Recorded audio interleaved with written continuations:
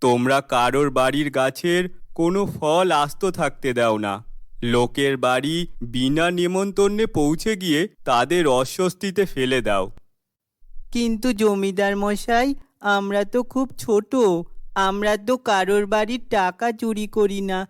এগুলো না খেলে আমরা কি খাবো? সেসব আমি জানি না। তোমরা এখন আমার গ্রাম থেকে বেরিয়ে যাও।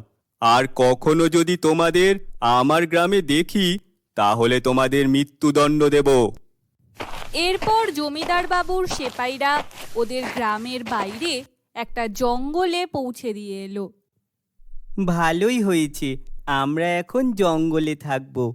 এখানে গাছের সব ফল মূল পেড়ে খাবো। এখানে তো অনেক বেশি ফল পাওয়া যাবে। হ্যাঁ, ঠিক বলেছিস, কিন্তু আমাদের একটা থাকার জায়গার ব্যবস্থা করতে হবে।